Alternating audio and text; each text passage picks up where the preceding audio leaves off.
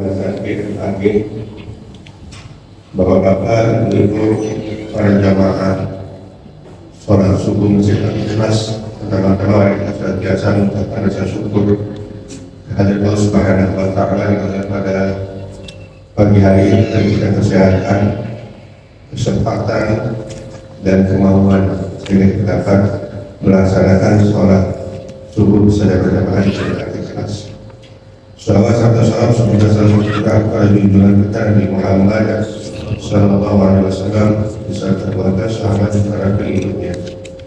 Bapak Ibu hadirin dan pemateri yang kami muliakan, pada pagi hari ini kita akan mendapatkan tahlil dengan materi hadis yang akan disampaikan oleh Ustaz Dr. Haji Muhammad Zakir Ali. Kepada beliau kami persilakan.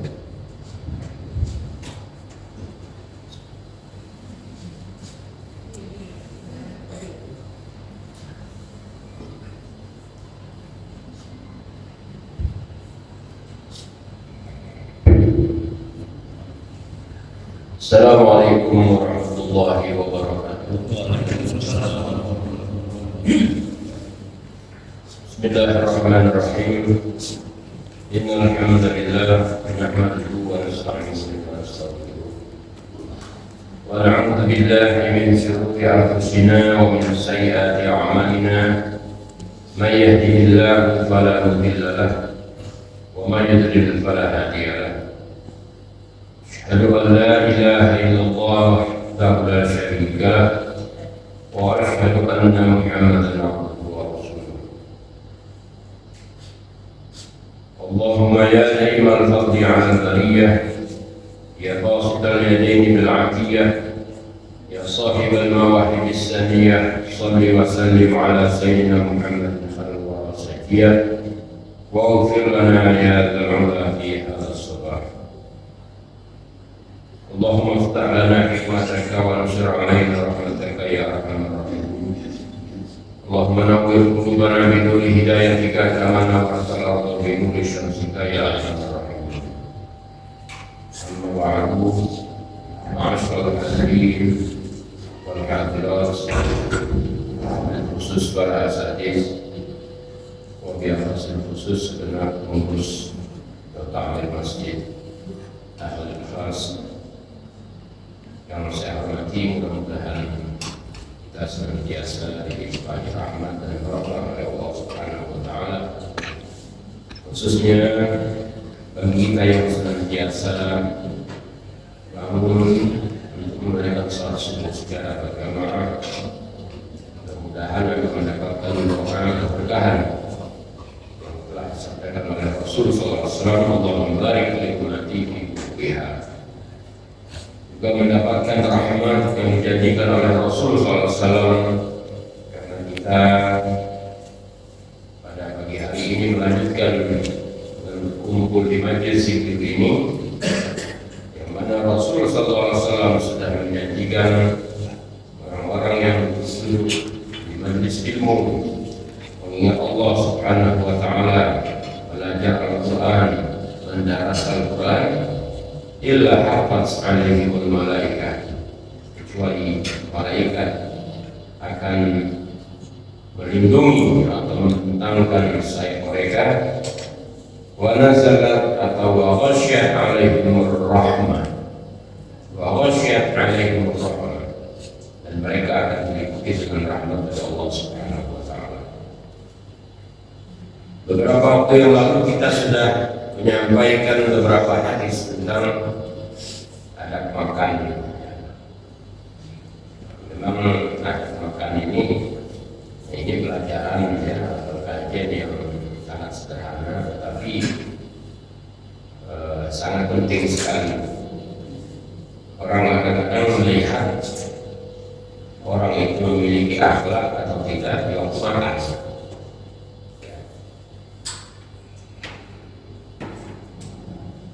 Jika seseorang terlihat seperti terhormat, kesan pertamanya itu terhormat. Oh, ini orang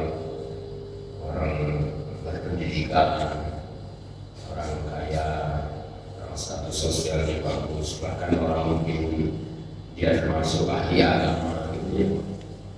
Nah, tetapi nanti terlihat ketika makan. Kalau makannya dia tidak menggunakan adab, nanti derajatnya atau kehormatannya ya runtuh. Kalau dia tidak punya adab makan, maka begitu pentingnya adab makan. Rasulullah SAW sudah mengajarkan beberapa adab makan yang sudah kita sampaikan kemarin. Cuma ada satu yang mungkin masih sering kita lakukan ya. Dan kita sudah dilarang untuk makan dengan tangan kiri. Jadi makan dengan tangan kanan ini adalah suatu keharusan selagi tangan kanan kita bisa difungsikan. Ya. Kenapa kita katakan keharusan? Sunnahnya ini sangat kuat sekali karena Rasul sangat mencela sekali orang yang menggunakan tangan kiri. Sampai-sampai ada orang yang makan tangan kiri ditegur oleh Rasulullah, cuma dia malas saja sehingga dia mengatakan tangan kiriku sakit, tangan kananku sakit, ya, karena dia tidak mentaati Rasulullah ya, tanpa uzur menggunakan tangan kiri, akhirnya betul-betul sakit ya. Nah, yang sering terjadi di kita, makan tangan kanan, tangan kiri pun ikut. Kaki kerupuk misalnya.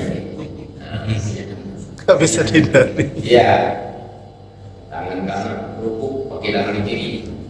Nah, bagaimana itu sama? Ya, nggak boleh juga.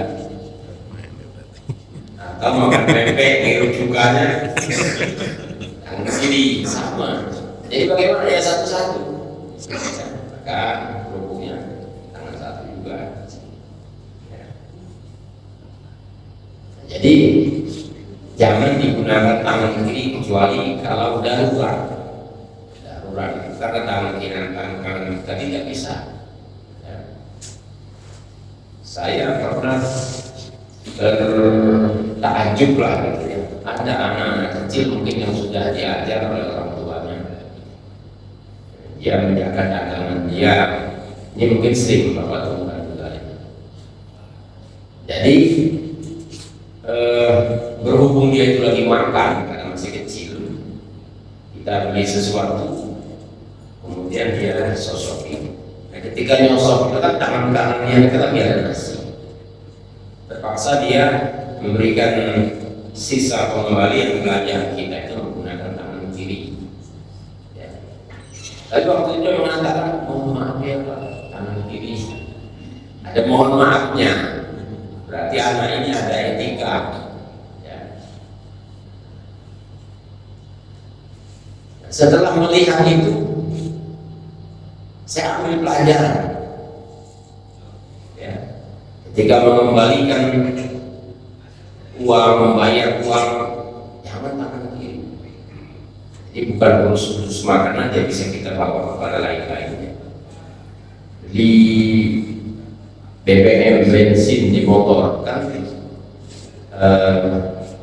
sopir kan di kanan. Kita juga kalau kita mau malas tangan kiri ngasihnya. Ya. Tapi saya berusaha untuk menggunakan tangan kanan. Nah, meskipun ini mungkin dari akhlak saja. Ya. Kita lanjutkan hadis tentang sambungan kemarin ini terkait sama futur ya, futur di waktu puasa. Futur itu kalau secara bahasanya makan pagi, makan ya. Futur itu makan. Kalau di bahasa Arab futur makan pagi, breakfast ya. Futur makan pagi, ghadah makan siang, asya makan malam. Futur juga bisa berarti makan secara umum. Makanya Idul Fitri itu namanya hari raya makan-makan. Ya. Idul Fitri, kenapa disebut Idul Fitri? Karena ada dua penafsiran kan. Ada orang menafsirkan Idul Fitri itu katanya kembali kepada kesucian.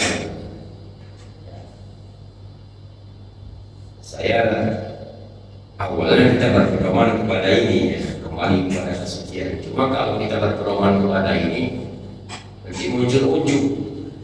Wah, suci, alhamdulillah, puasa ini suci, kita sudah, gitu ya.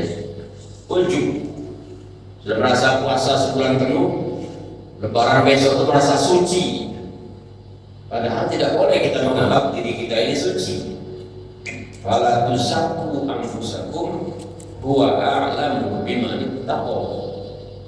Jangan kalian mensucikan diri kalian, karena hanya Allah lah yang mengetahui siapa yang paling bertakwa. Ya. Tidak boleh kita merasa suci. Dia seorang bangsawan, dia seorang yang berdarah biru, dia keturunan orang bagus, dia orang alim, dia siapa saja. Tidak boleh merasa dia yang paling suci. Ya. Makanya saya lebih cenderung kepada Idul Fitri itu hari raya makan-makan. Karena apa? Karena kita sudah sebulan tidak makan, besoknya makan, haram puasa. Sedangkan Idul Adha adalah hari raya kurban. Disebutkan dalam hadis itu bahwa Idul Fitri adalah hari raya makan, Idul Adha adalah hari raya kurban. Bisa jadi orang memaknai kembali kepada kesucian itu ya harapan, ya. Harapan. Kalau sekedar harapan ya kita boleh saja. وعن ابن عمر رضي الله عنهما قال كان النبي صلى الله عليه وسلم إذا أفطر قال ذهب الظمأ وابتلت العروق وسقط الأجر إن شاء الله. Dari Abdullah bin Umar, semoga Allah meridhoinya, dia berkata bahwa Nabi SAW apabila dia berbuka puasa, ini berbuka puasa, maka dia akan membaca. Ini aftoro ini fi'il madi, kata kerja yang telah dilakukan. Ya. Aftoro yuftiru fi'il mudhari, kata kerja yang sedang dilakukan. Ya. Beliau membaca zahabaz zama, telah hilang rasa haus. Wa batallatil uruq, urat-urat yang berada di tubuh ini sudah dibasahi, sudah basah maksudnya. Ya bisa jadi peredaran darah mungkin lebih mengalir maksudnya. Wasabatal adwi insyaallah. Mudah-mudahan pahala dari Allah itu sudah tetap untuk kita harapannya. Nah, ini yang kita baca di waktu berbuka. Pembacaannya itu bagusnya setelah berbuka, setelah masuk makanan atau air beberapa teguk, itu yang kita ucapkan. Selama ini kan kita membaca Allahumma laka sumtu, ya. Allahumma laka sumtu bika aman wa ala rizqika aftartu. Tapi nanti ada redaksi yang seperti itu ya, ada, cuma tidak menyertakan aman. Kadang-kadang orang ditambahnya lagi zahabaz zama. Kadang-kadang yang mana yang benar semua. Cuma kan kadang-kadang antara dua riwayat ini kan digabung, ya. Allahumma laka sumtu wa ala rizqika aftartu, zahabaz zama'u wa talatil 'uruq wa salatal ajr insyaallah. Digabung antara dua riwayat itu. Karena memang ulama itu mengajarkan seperti Imam Nawawi, kalau kita menemukan di suatu riwayat atau hadis kalimat ya atau lafal doa itu begini ya, kemudian di riwayat lain ada doa begini, nah ini pengamalannya boleh digabung ya, asal dia sama-sama kuat boleh digabung, asal mungkin tidak begitu panjang ya. Nah itulah belakangan kita sering mendengar digabung doa ini, Allahumma lakal sumtu tanpa menyertakan amantu ya, Allahumma lakal sumtu wa ala rizqika aftartu sahabat zomamu wa batallatil uku wa sabatal aju, insyaallah digabung ya. Nah ada lagi kalau kita tidak mau gabung, suatu saat ini yang kita pakai, suatu saat ini yang kita pakai, boleh juga seperti itu. Tapi kalau pendek nggak apa-apa, gabung saja yang seperti ini. Riwayat berikutnya mana? Wa Ali bin Abbas radhiyallahu anhu maqal kana Nabi sallallahu alaihi wasallam idza aftara qala Allahumma laka sunnah wa ala rizqika aftarna fataqabbal minna innaka antas samiul alim.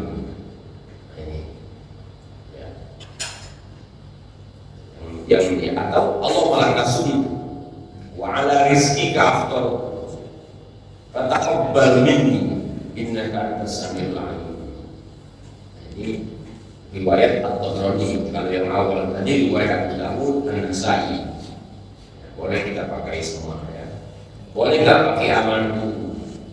Boleh saja, karena sudah terbiasa pakai amanku kita ini kan. Boleh saja, cuma jangan anggap itu bagian daripada hadis Nabi, tambahan saja. Kita sudah terbiasa Allahumma laka sumtu wa bika amantu wa ala rizqika aftartu sahabat zamahu wa talatul uku wa sabatal aju, insyaallah. Jadi kalau lafal hadis aslinya tidak ada aman. Wa an Anas radhiyallahu anhu qala kana Nabi sallallahu alaihi wasallam idza aftara inda qaumin da'alahu faqal aftara indakum as-saimun wa akala ta'amukum al-abrar wa sallat alaikumul malaikah. Ini kasusnya kalau kita diundang berbuka oleh orang lain ya. Diajak berbuka puasa, nah, ini biasa kan ada kan, nanti berbuka di rumah saya ada acara sedikit, ada hajatan sedikit buka di rumah. Nah, ini sunnahnya nanti setelah kita makan kita baca ini ya. Membacanya apakah diam-diam? Bagusnya membacanya itu didengar oleh orang yang mengajak kita itu ya, karena sesuai dengan artinya. Artinya bahwa Nabi Shallallahu Alaihi Wasallam apabila dia berbuka ya, pada suatu kaum, ya, maksudnya ketika ada orang mengajak berbuka, maka setelah berbuka itu beliau mendoakan ya, aftara indakum as-saimun, sudah menunaikan buka puasa di sisi kalian orang yang berpuasa. Wa akala ta'amakumul abrar, makanan kalian ini sudah dimakan oleh orang baik-baik. Kita itu yang paling enak Pak, ketika diajak orang yang mana ya yang makan, yang mana orang yang diajak makan itu orang baik, dan yang diajak makan juga orang baik. Kenapa demikian? Kalau kita mengajak orang makan orang baik-baik, dia akan mendoakan kita. Oh, kenyang. Mudah-mudahan rezeki kamu banyak lah, luas rezekinya, lancar usahanya. Ya. Kedua, ketika kita diundang makan juga, itu juga orang baik-baik. Kalau dia orang baik-baik, maka maka apa yang kita makan itu halal. Lain Pak, kalau kita makan halal itu lebih semangat ya. Tapi kalau yang kita nggak jelas ini orang ini ngajak makan, selalu kita ini orang semain judi, pinjol, judi orang lain ya, jadi duitnya nggak jelas ini. Kita ragu-ragu. Kalau kita tahu orang itu uang yang nggak jelas, maka jangan makan. Tahu pasti ya, jangan dimakan. Imam Syafi'i pernah nginep di rumah Imam Ahmad bin Hanbal, makan. Yang ada cerita populer itu ya, yang mana Imam Ahmad bin Hanbal ini kan sangat mengagumi Imam Syafi'i, gurunya, sangat mengagumi. Malah setiap doa, setiap habis sholat didoakan.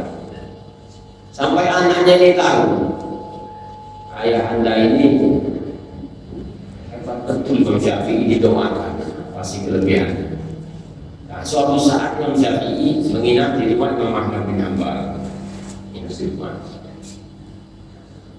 Berapa hari di sana, anak perempuan kalau tidak salah ini atau laki-laki itu penasaran Imam Syafi'i apa kerjaannya. Ya. Diintip kamarnya Pak. Padahal nggak boleh intip ini ya. Ya. Ini karena masih anak-anak mungkin. Kita nggak usah ngintip. Rumah orang pintu terbuka, jendela terbuka, kita lewat di depannya, nggak boleh Pak. Adabnya kita kemudian apa? Ya. Tidak usah kan melihat, nguping pembicaraan orang saja.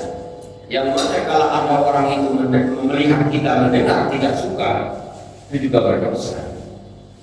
Man istama'a ila hadithi qaumin wa hum lahu karihun subba fi udunaihi al-ana.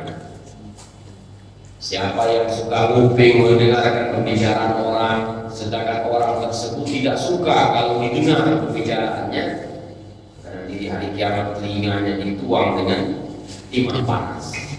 Suka nguping, sama dengan memata-matai. Kalau ada pintu terbuka orang, dia dia juga kalau jendela orang, ya. Nah ini juga bukan daripada akhlak Muslim. Ya. Nabi tidak suka yang demikian. Karena tidak boleh. Bahkan ketika kita mengetuk pintu rumah orang, adabnya itu jangan kita berhadapan langsung di rumah sehingga bisa terlihat apa yang ada di rumah. Ya. Ini yang kadang-kadang diamalkan oleh orang jauh lah itu kan pengen ikut sunnah betul. Kalau dia ngetuk pintu itu untuk nanti ngadapnya ke sana kan, ngadapnya ke sana.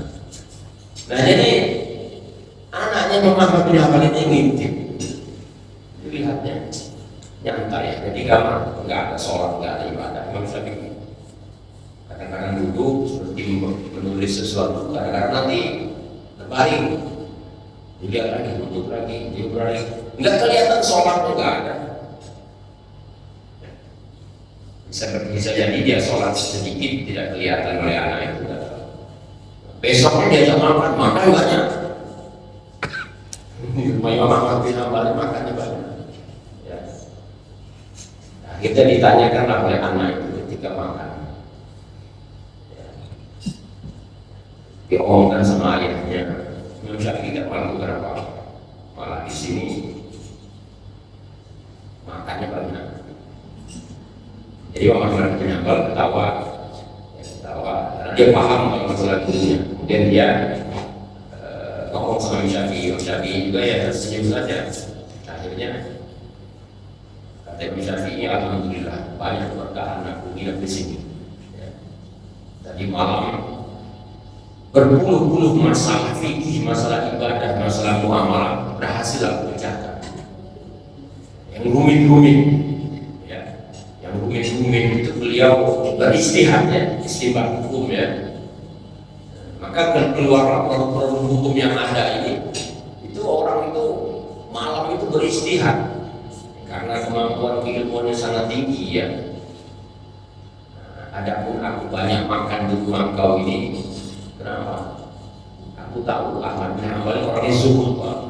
Zuhud, warok, gak macam-macam. Kenapa aku makan banyak? Karena aku yakin ini halal 100%. Enak, lezat katanya. Kalau makan halal itu lezat katanya Syafi'i. Ya. Imam Ahmad bin Hanbal itu kan orang kaya, ya. Orang yang sangat sederhana dan warak sekali. Ya. Bahkan Imam Syafi'i itu pernah menawarkan dia jabatan. Ada jabatan hakim yang kosong satu. Imam Syafi'i ini kan bergaul juga sama pemerintah, jadi dia tahu ada jabatan-jabatan kosong ya. Ditawarkan kepada Imam Ahmad bin Hanbal.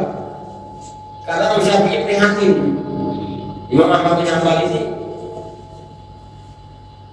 apa?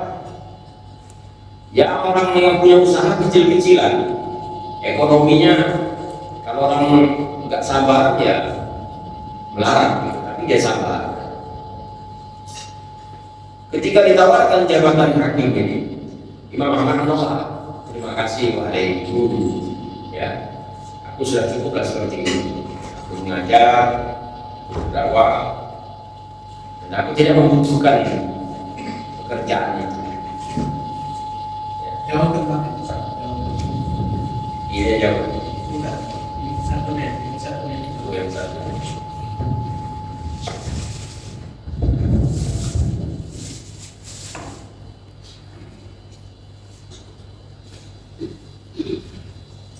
Sudah, Imam Syafi'i tidak menawarkan lagi.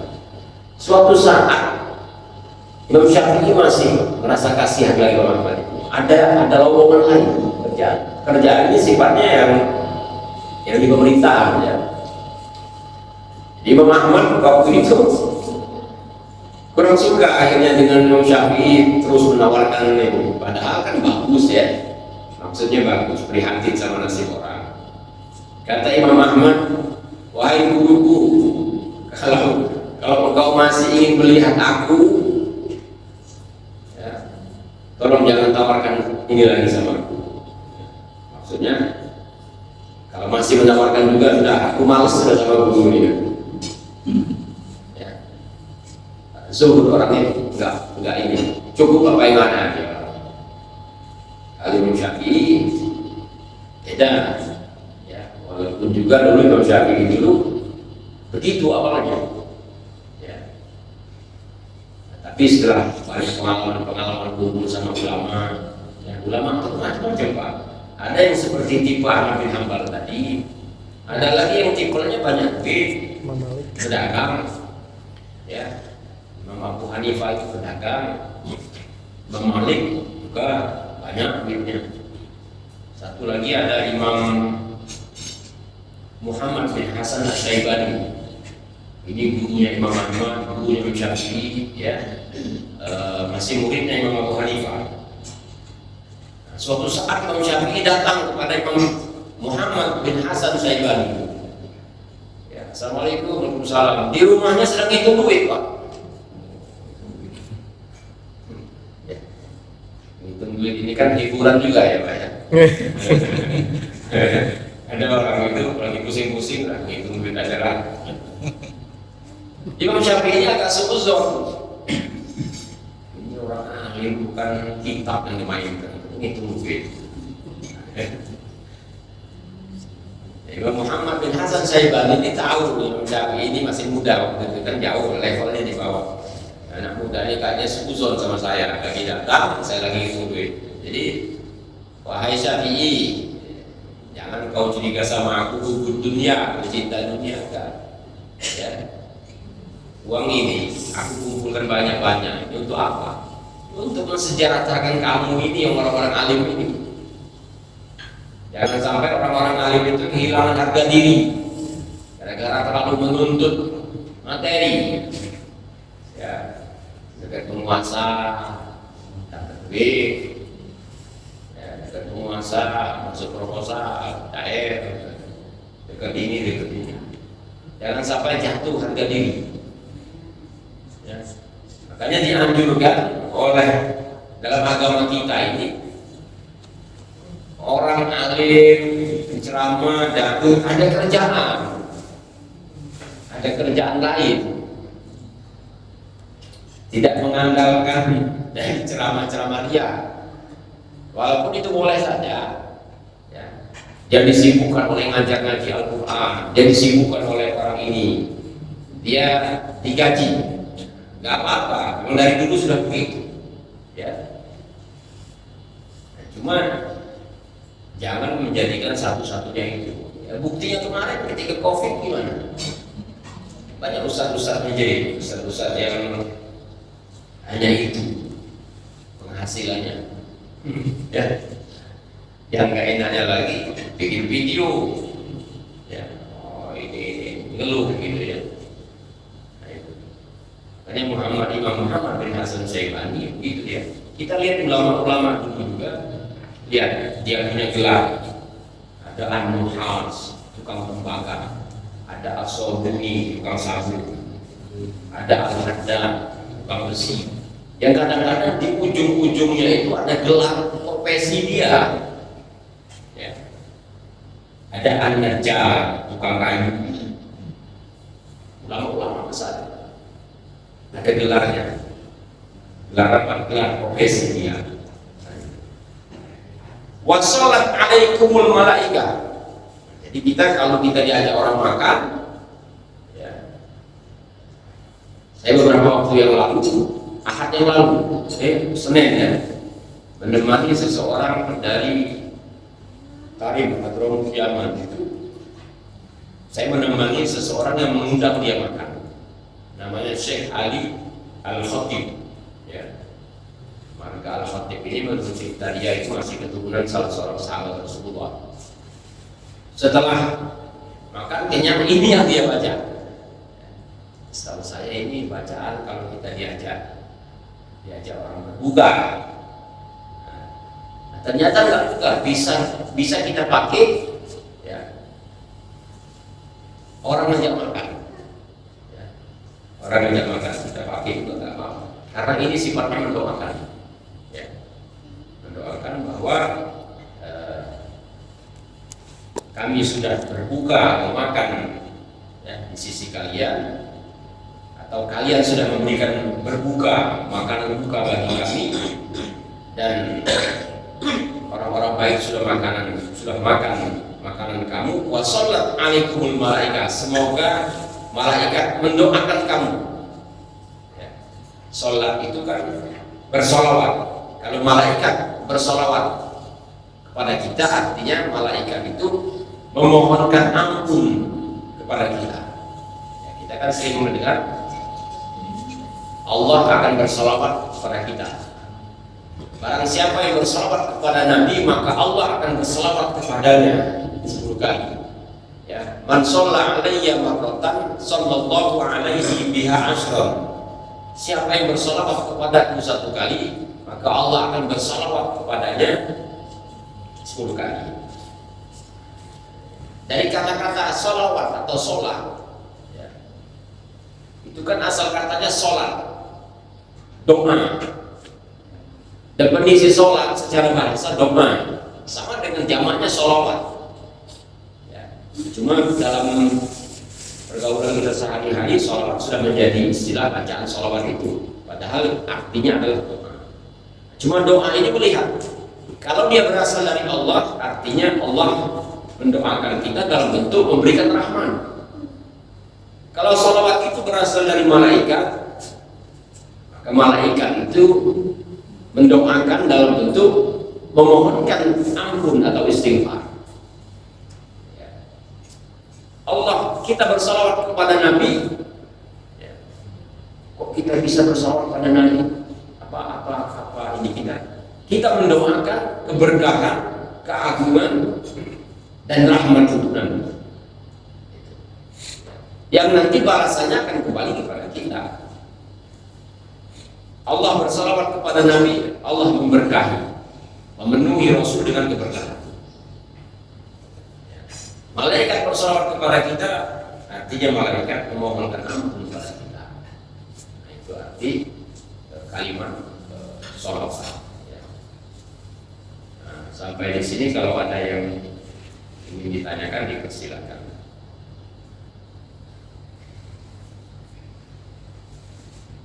Baik, Bapak Ibu sekalian, Pak pertanyaan silakan. Iya, silakan Pak Fadil. Waalaikumsalam warahmatullahi wabarakatuh. Itu saran yang kasih tadi gedung itu Pak, saya pernah ada sekian yang makannya pada diri, bagaimana itu? Makannya? Makan pada diri. Oh ya, standing party ya. Kita harus berusaha mencari tempat untuk duduk. Ya. Jadi kalau kita kondangan, kemudian makan-makan, baik itu kita mencicipi makanan yang ringan dulu, baru setelah itu makanan yang berat, cari tempat duduk. Cari tempat duduk. Ya. Sebab hadis Rasul agak keras ya. La yashrabanna ahadukum qa'iman. Jangan minum sambil berdiri. Kecuali dalam keadaan beberapa hal darurat, yang pengen cepet atau apa kan. Bukan tidak boleh sama sekali, karena ditemukan Rasul setelah tawaf ya. Setelah tawaf sholat 2 rakaat sebelum nanti dia sa'i, dia minum zam-zam sambil berdiri. Tapi itu sifatnya kasus ya, menunjukkan bahwa dalam kondisi-kondisi tertentu boleh, jangan menjadi suatu kebiasaan. Jadi kalau kita menghadiri acara seperti itu, bagaimana caranya? Cari tempat duduk. Waduh, kaya terhina betul kalau tempat makan duduk. Ya enggak apa-apa ya, tidak apa-apa.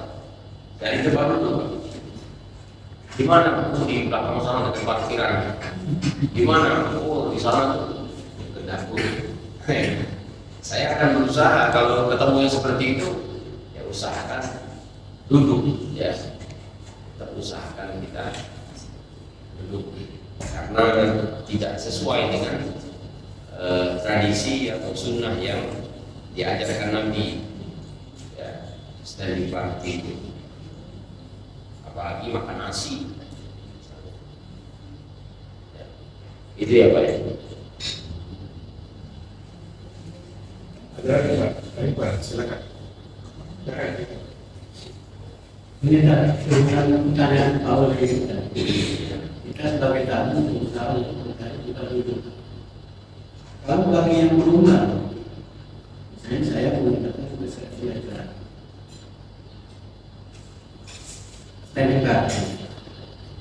Dalam masalah itu, apakah saya masuk dalam tanda petik hubungan tertutup penting barangkali, karena tidak menyediakan tempat duduk yang layak untuk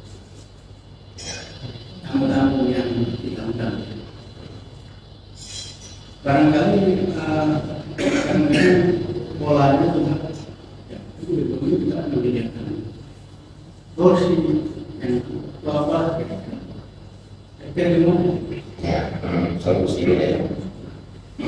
Kita jelaskan dulu hukum ya, hukum secara hukum. Secara hukum larangan minum, makan sambil berdiri, yaitu adalah makruh tanzih. Ya. Makruh tanzih itu sesuatu yang sangat-sangat tidak disukai dalam agama ini, tetapi dia tidak sampai kepada haram dosa. Ya. Nah, kita berusaha jangan gara-gara air makruh juga nggak apa-apa, tetap ya. Nah, bagi kita ya harus ada semacam idealisme untuk melakukan ini. Jadi kalau kita nyewa gedung, ya usahakan ya harusnya berkursi. Ya. Bagaimana caranya? Kami minta yang ada kursi, tidak yang berdiri-berdiri. Kalau misalnya ada bapak-bapak yang sudah terlanjur mengatakan itu ya sudah. Ya. Jadi itu juga, apakah saya berdosa? Tingkatannya belum sampai berdosa. karena hukum makan berdiri itu sendiri itu makruh tanzih. Sama dengan kencing berdiri. Ya. Sama dengan kencing berdiri Pak, itu hukumnya makruh tanzih. Tapi kalau kencing berdirinya nggak hati-hati, ya ngacar kemana-mana, karena kita sendiri bisa haram, ya. Bisa haram. Kencing berdiri, tapi sama, ya. Para ulama menyimpulkan, ya, hukum daripada minum berdiri, kencing berdiri itu adalah makruh tanzih, sesuatu yang tidak disukai, ya, tapi dia tidak sampai kepada haram, ya. Tapi kalau seandainya kencing berdiri tadi, ketika kencing nggak beres lah istilahnya, ada netes ke kita atau ada apa, kena kain kita, kena celana kita, bawa sholat, berdosa kita, ya, berdosa. Nah, jadi itu Pak ya, usahakan untuk ke depan ya, kalau kita ngadain acara, pokoknya minta ada kursi secukupnya, ya, kursi secukupnya gitu. Itu Pak ya. Baik, Bapak Ibu sekalian, Ibu-ibu akan Untuk para pertanyaan Ibu, Mau nanya Pak. ya silakan. Assalamualaikum warahmatullahi wabarakatuh. Waalaikumsalam warahmatullahi wabarakatuh. Terkait dengan makan kita harus menggunakan tangan kanan. Terus bagaimana kalau seorang itu yang menjadi kebiasaan dia makan selalu menggunakan tangan kiri ataupun melakukan aktivitas tangan kiri, terus dia tidak. Tidak ya kebiasaannya. Jadi usahakan ya, karena tidak itu harus bisa dirubah. Saya pengalaman, anak saya masih kecil, ya itu kelihatan waktu umur masih setahun atau belum setahun, itu kalau dia tepuk tangannya begini-begini, heran saya. Dikasih bola, nendang ke kiri. Nah ini akan jadi kidal ini dengan saya. Kelihatan banyak yang akan dipakai kiri-kiri. Nah dari situ mulai harus kita latih. Dan jangan sampai dia kiri. Karena sekarang nggak jadi kidal, nggak kiri. Nah sekarang yang susahnya kalau sudah dewasa, ya. Nah ini juga masih bisa dilatih sebenarnya. Taruhlah dia kidal dalam memain bola, dalam olahraga misalnya. Tapi kalau makan, bagaimana caranya? Dikasih tahu kiri, kanan. Jika dia makan, kita terlihat kiri, tegur, gunakan tangan kanan. Jadi kebiasaan tangan kiri atau kidal tidak menyebabkan itu masuk bagian daripada uzur, ya.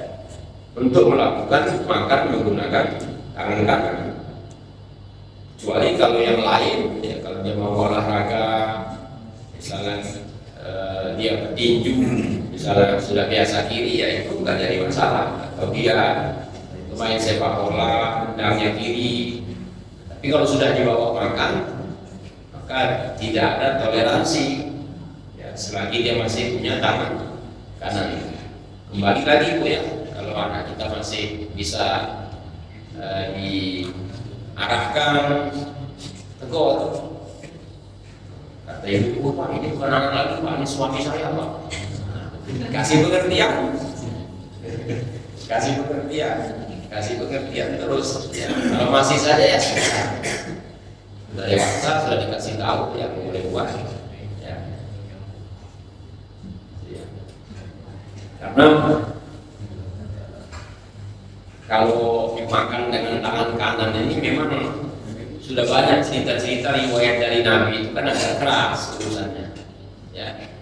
Dalam hadis Nabi disebutkan yang makan tangan kiri itu setan. Ya. Yang tadi kita bawakan di awal, orang makan tangan kiri ditegur oleh Nabi. Jadi kuat ininya ya.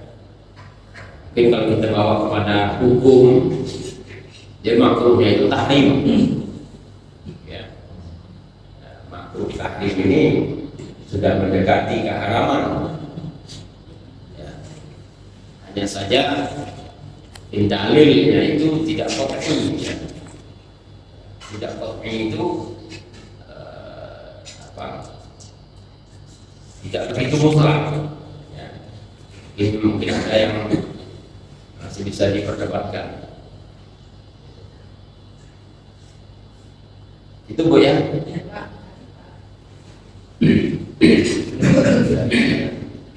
Tapi ini di luar hadis ini betul tidak? Ya. Masalah sholat. Kita masuk berjamaah. Pada posisi tanggung itu adalah seyogianya bisa masuk itu tetapi mengikuti di mana imam pada saat itu berada. Tapi kadang-kadang tanggung itu begini antara waktu ini sebentar lagi di mana kalau menggenapkan tahiyat ini, kalau misalnya kita ikut di rakaat nanti hitungan rakaat kita itu jadi 3 tahiyatnya kira-kira begitu. Jadi maksudnya kita menunggu sebentar lagi lah pada saat jadi masuk ke rakaat 3. Jadi kita hitungannya mulai ini yang 4 misalnya. Kita ingat kita rakaat pertama pada saat imam di rakaat ketiga gitu. Jadi hitungan kita nanti hitung tahiyatnya 2 tidak 3.